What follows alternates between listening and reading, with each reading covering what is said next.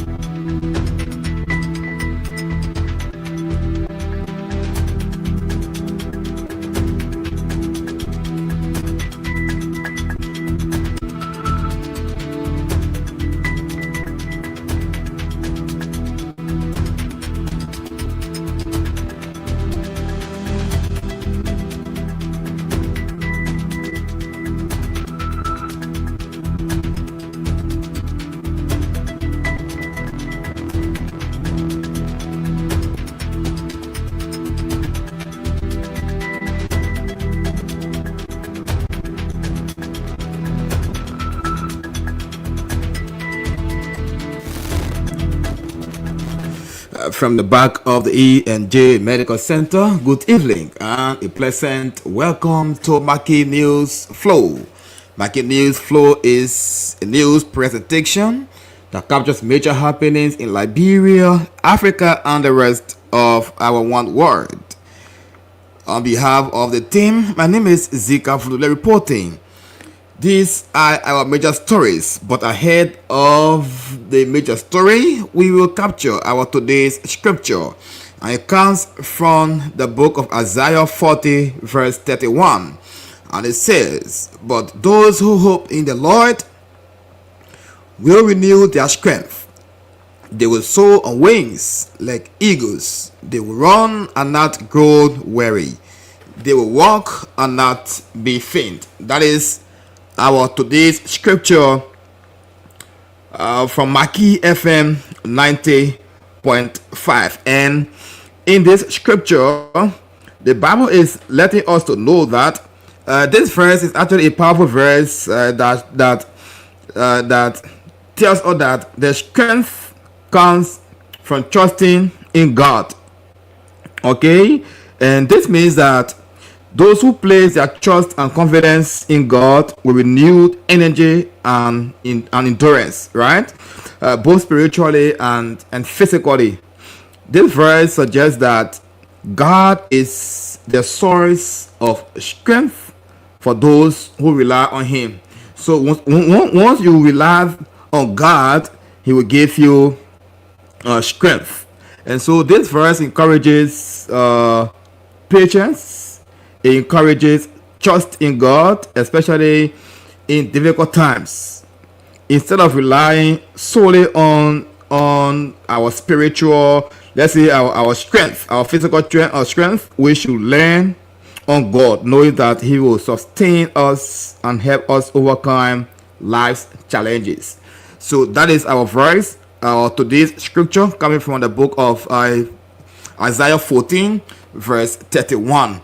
But in our news this evening, ahead of the news in our headlines, Heritage Empire School holds Students' Council induction and opens state-of-the-art computer lab.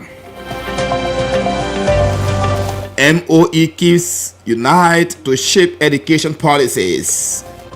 72nd United Methodist Church splits from UMC over same-sex marriage dispute.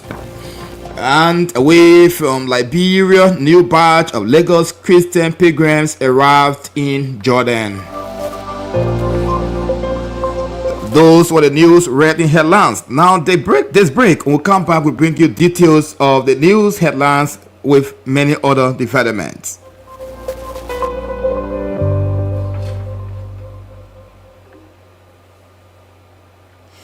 Welcome back and thanks for rejoining us. In a significant stride towards enhancing the quality of education in Liberia, the Ministry of Education (MOE) has partner with Keep Liberia to shepherd the revision and finalization of 3 pivotal education policies. This collaboration focuses on the National Student Handbook, the National Reading Standards, and the National School Administrators Guidebook, with the aim of fostering a robust and consistent education system across the country. The National Student Handbook is designed to set clear expectations for students, providing them with a comprehensive guide to their rights and responsibilities within the school environment. By ensuring uniformity in the application of rules and regulations across schools, this handbook promotes a safe, respectful, and conducive atmosphere for learning. Reading is a cornerstone of education, and the national reading standards aim to improve literacy rates and allow reading instruction across different schools and regions. By establishing benchmarks for reading proficiency, these standards ensure that students develop essential reading skills from an early age. Improved literacy notes only enhances academic performance but also empowers students to succeed in various aspects of life. A consistent and efficient approach to literacy education, which is crucial for the overall development of students. Effective leadership is vital for the success of any educational institution. The National School Administrators Guideline offers school leaders, guardians, and best policies for efficient school management. This handbook ensures that educational policies are implemented consistently and effectively, fostering a supportive environment for both students and staff. Additionally, it improves resources for professional development, helping school administrators continuously improve their skills and knowledge. As part of the initiative, Keep Liberia will work with a broad range of educational actors in Liberia, including the Liberia Consolidated School System, the Catholic School System, the Methodist School System, and actors in the civil society space. This collaborative effort will ensure that all revised policies are inclusive and reflective of the diverse educational landscape in Liberia. By finalizing these key educational policies, the Ministry of Education and Keep Liberia are taking sufficient steps toward enhancing the quality of consistency of education in Liberia. This collaborative effort is expected to have a lasting impact on education system, ensuring that students and school leaders have the support and resources needed to succeed. The United Nations has intensified its push for Liberia to step into efforts in eradicating female genital mutilation (FGM), warning that the deeply enhanced practice continues to endanger the lives of countless women and girls across the country. Making the International Day of Zero Tolerance for Female Genital Mutilation, UN Women Country Representative Comfort Lamptey denounced FGM as a grave violation of human rights and a severe form of gender-based violence. She devised that practice as a bourgeois literacy of integrity that reflects devastating physical and psychological harm, stripping victims of their dignity and inhering their well-being. With an estimated 230 million women and girls worldwide affected, Lamptey underscored that urgency of eliminating FGM through stronger global advocacy, policy reforms, and grassroots mobilization. Calling for immediate and decisive action, the UN official stressed that any FGM is not just a moral imperative but also an attainable goal. She urged government, civil society groups, and supervisors to form stronger collaborations to dismantle cultural justification for the practice and challenge disciplinary gender norms that fuel its practice. She further emphasized that the global front against FGM must accelerate to meet the 2030 deadline set. under the Sustainable Development Goal. The UN reaffirmed its commitment to supporting the global campaign against FGM, citing the part of the future which member states endorsed last September. This initiative aims to comfort harmful social norms and eliminate policies that perpetuate gender inequality.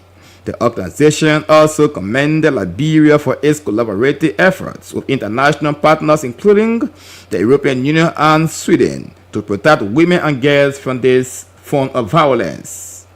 Despite previous interventions, concerns persist over the resurgence of FGM in part of Liberia even after the National Civil of Chiefs and Elders imposed a ban following extensive consultations with traditional leaders. The UN reminded the government of its 2015 pledge to eradicate the practice under the Sustainable Development Agenda and urged lawmakers to fast-track the message of the long-still anti-FGM bill. The Heritage Impact School in Ganta City marked an important milestone this past weekend with a dual collaboration of leadership and technology advancement. The school hosted its highly anticipated Student Council induction ceremony on Friday, February 7, 2025, and also unveiled a modern state-of-the-art computer lab for both students and community members. The induction ceremony held at the school campus church brought together students, faculty, and parents in a show of support for the newly appointed elected members of the Students' Council. The keynote speaker was delivered by the keynote address was delivered by Princess Doma, who spoke on the topic Unite and Inspire, encouraging the young leaders to work together and inspire change within the school community. In a separate but equally significant event, Reverend Eliezer Gbenga, the proprietor of Heritage Impact School, officially opened the school's new computer lab. The lab, which will be available to both students and residents of Ganta City, is named the Wingo Heritage Impact Computer Lab in honor of a long-term friend and partner of the school. Reverend Gbenga emphasized that access to digital knowledge is increasingly important, especially as Liberia faces challenges in bridging the digital divide. The opening of the computer lab was attended by parents, students, teaching staff, and local community members who gathered to witness the occasion. In his remarks, the principal, Mr. Abraham Abro Peter, expressed heartfelt appreciation to Reverend Gbenga and his family for their continuous dedication to enhancing education in the community. He encouraged students and locals to make the most of the new facilities, ensuring then that the lab will provide essential computer education that will benefit both current students and future generations. Heritage Impact School, one of Ganta's most respected institutions, continues to demonstrate improving the equality of education, providing valuable resources for both its students and the wider community. The opening of the Wingo Heritage Impact Computer Lab is a promising step forward in addressing the digital learning needs for the area as the school continues to provide a way for the future academic challenge. Liberia's 72nd United Methodist Church has officially served tasks with the United Methodist Church UMC, citing fundamental disagreement over same-sex marriage and the denomination's reorganization plan. The congregation overwhelmingly voted to break away following the UMC's 2024 General Conference decision to permit same-sex marriage unions globally. On February 3, 2025, church members rejected the UMC's regionalization plan in a near unanimous vote. The 160 ballot cast against 8 and only 2 invalid votes. Less than a week later, on February 9, 2025, they reaffirmed their stance by voting 192, that's 149 to 2, in favor of complete dissatisfaction, stating that the denomination's acceptance of LGBT marriages and orientation contradicts biblical teachings. In a formal statement, church officials declared their inability to remain part of the UMC or the Liberia Annual Conference, the LAC, in good concurrence.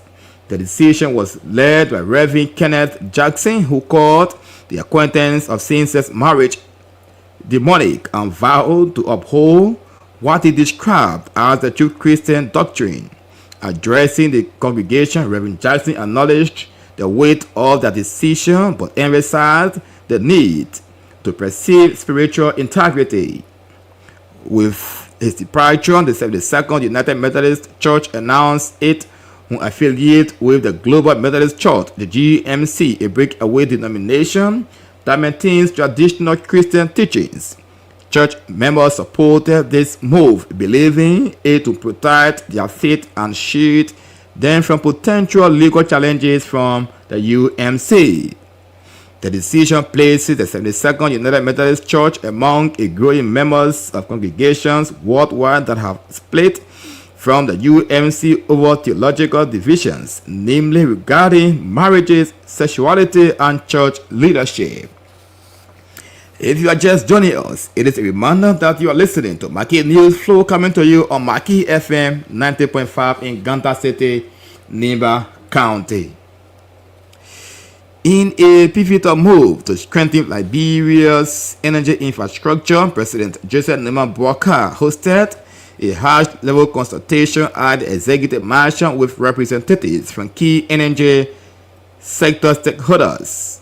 The meeting included Mohammed M. Sharif, General Manager of Transco CLSG, and Aaron Stevens, Senior Representative of Jinso Energy, to discuss the construction of a 270 MW hydro, natural gas, and thermal power plant in Buchanan Grant, Basso County. The proposed power plant is set to become a cornerstone of Liberia's energy future, with plans to extend the country's power generation capacity, enhance grid stability, and stimulate economic growth.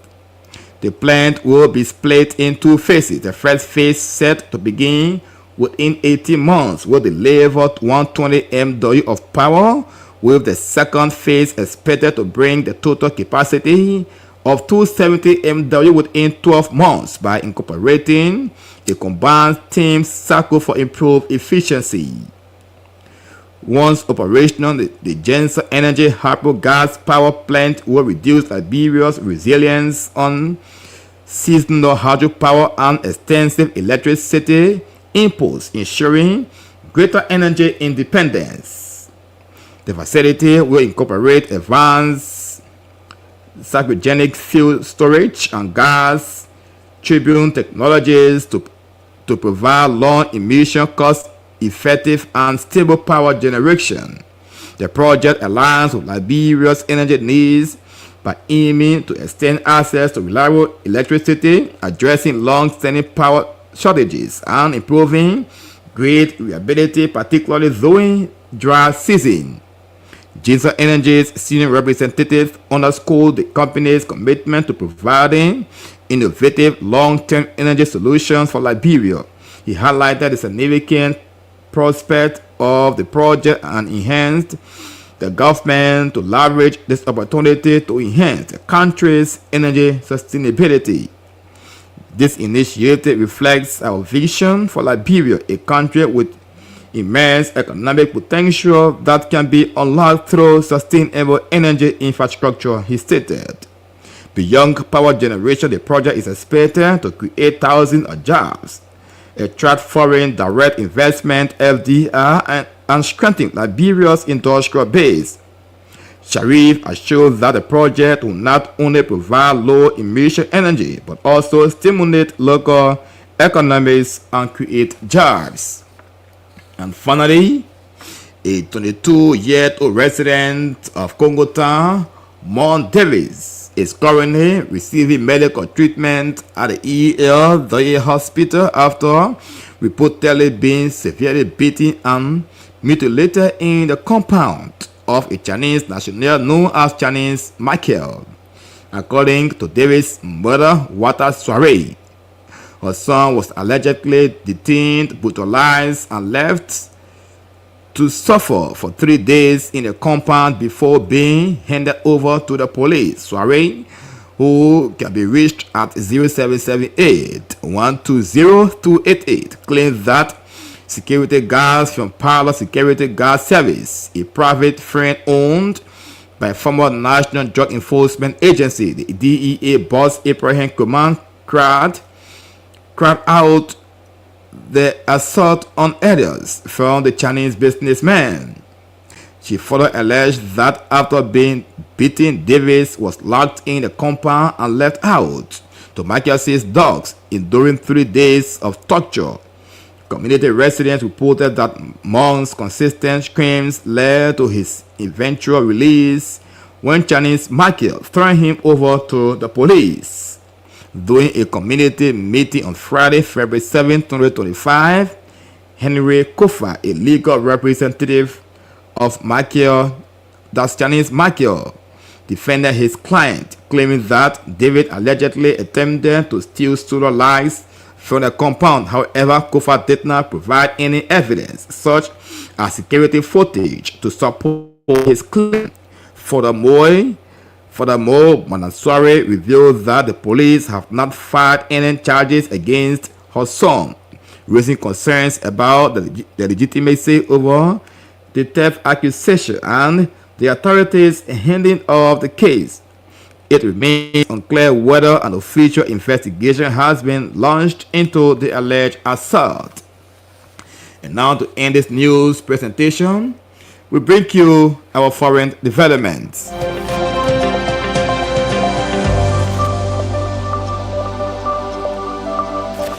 In our foreign news, new batch of Lagos Christian pilgrims arrived in Jordan. Christian pilgrims carry a wooden cross along a Via Dolorosa way of suffering in Jerusalem's only city, doing a Good Friday presentation on April 14, 2017.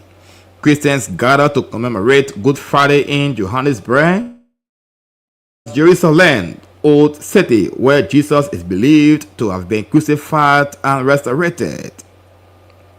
In the early hours of Saturday, February 8, 2025, the second batch of 122 Lagos intended pilgrims arrived safely in Jordan.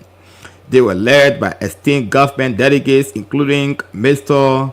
Adewumi Goliham, Permanent Security Ministry of Home Affairs, Mistress Florence Itindu, Gofi Board Secretary Bishop Reverend Rufus Oguntisia, Vice Chairman Mr.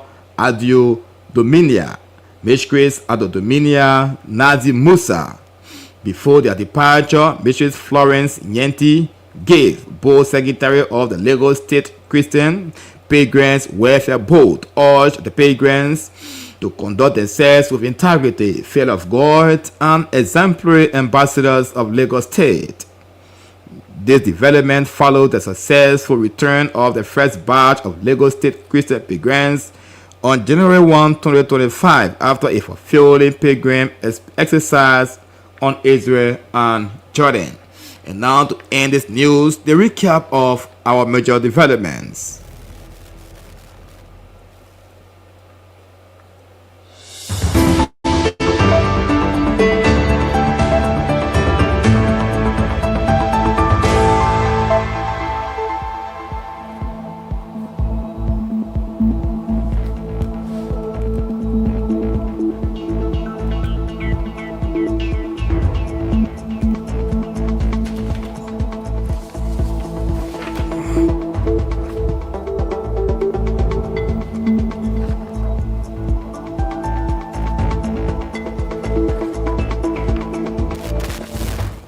Heritage Impact School holds Student Council induction and open state-of-the-art computer lab. Ministry of Education keep unite to shape education policies. And 72nd UMC splits from UMC over same-sex marriage dispute. And away from Liberia, new batch of Lagos Christian pilgrims arrived in Jordan. And that's the news presentation on Maggie News Flow. The news that captured major happenings in Liberia and the rest of our one world. My name is Zika and we're reporting this evening. Join us on tomorrow for another batch of Maggie News Flow. Just before we go, we revisit our today's scripture.